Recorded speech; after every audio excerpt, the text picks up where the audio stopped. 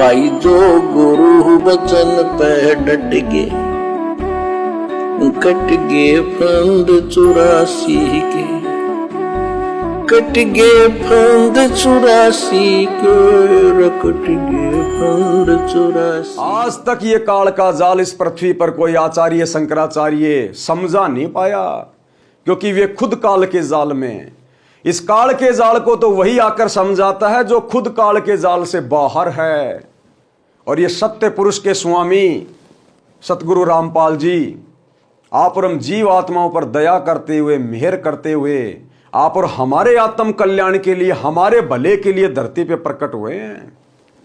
और इस संसार के लोगों की गंदी आदत है, जब त्रेता युग में श्री रामचंद्र जी आए, उनके पास में जैसा भी ज्ञान था आधा अधूरा। उन्होंने लोगों का भला करना चाहा, लेकिन लोगों ने अपना भला नहीं करवाया। उस विष्णु के अवतार श्री रामचंद्र जी को सुख का सांस नहीं मिला पूरी जिंदगी।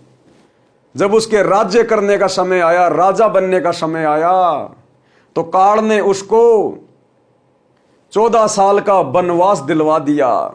14 साल तक वो जंगल में भटका, दर दर की ठोकर खाता हुआ।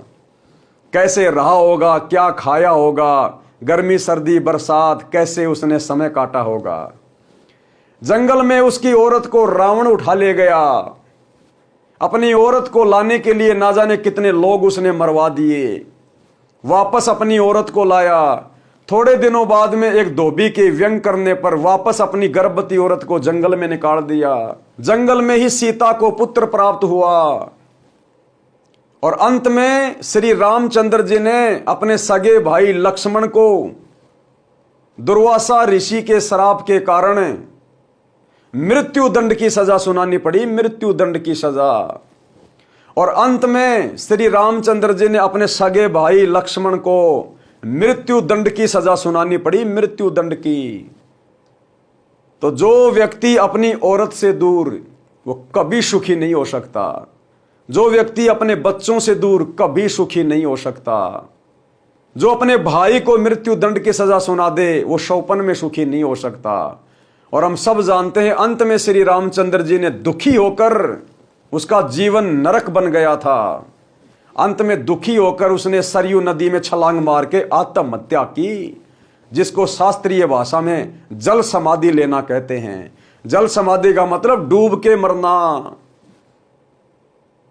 उस आत्मा को आप और हम ही लोग रहे होंगे उस समय त्रेता युग में। हम लोगों ने कभी उसको चैन का सांस नहीं लेने दिया। कोई भी उसको विष्णु का अवतार नहीं मानता था, कोई भगवान नहीं मानता था। और आज उनके जाने के लाखों साल बाद उनकी मूर्तियां बना के, मंदिर बना के उनको भगवान मान के पूज रहे हैं। अब क्या मिलेगा? वो पत्थर की मूर्ति क्या देगी? अरे जिस समय वो जीवित थे, बोलते थे, चलते थे, ज्ञान सुनाते थे, उस समय यदि लाभ लेते, उनके साथ अच्छा व्यवहार करके, तो कुछ मिलता। अब जैसे डॉक्टर जिंदा है तो आपका रोग देखेगा, इलाज करेगा, आपको फायदा मिलेगा।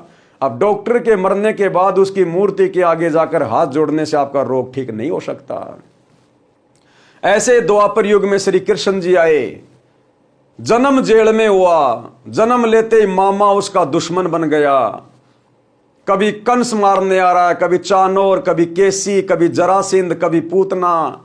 पूरी जिंदगी बेचारे की लड़ाई झगड़ी में गुजर गई, लड़ाई झगड़ों में गुजर गई। और अंत में एक शिकारी ने जहर बुझा हुआ तीर उनके पैर में मारा। जहर के कारण तड़प तड़प के मौत हुई। श्री कृष्ण जी की आंखों के सामने दुर्वासा ऋषि के श्राप के कारण उसके सारे बेटे मर गए, उसके सारे रिश्तेदार मर गए, आपस में लड़ झगड़ के, कट कट के। उसकी औरतें मर गई।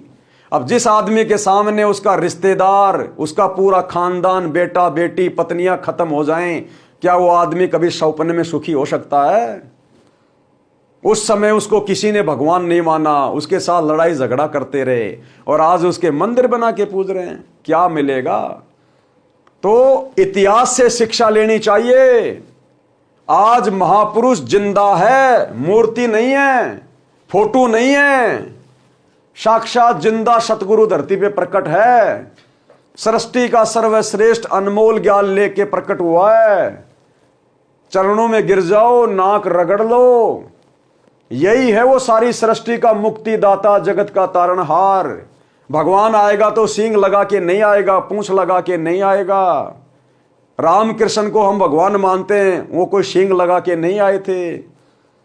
तो भाइयों और बहनों, त्रेता युग में, द्वापर में तो हम मौका चूक गए, लेकिन अब मौका ना चूकें। सत्संग सुनकर पहले संत की पहचान करो। जब तक सुनोगे नहीं तब तक समझोगे कैसे। और अपनी आत्मा का कल्याण करवा लो, अन्यथा गधे कुत्ते के शरीर तैयार हैं, ज्यादा दूर की बात नहीं है। भाई जो गुरु बचन पे डट गे, कट गे फंद 84 के, कट गे फंद 84 के, कट गे फंद 84 के। भाई जो गुरु बचन पे डट गे, कट गे फंद 84 के, कट गे फंद 84 के, कट गे फंद 84 के। भाई जो गुरु बचन पे डट गे,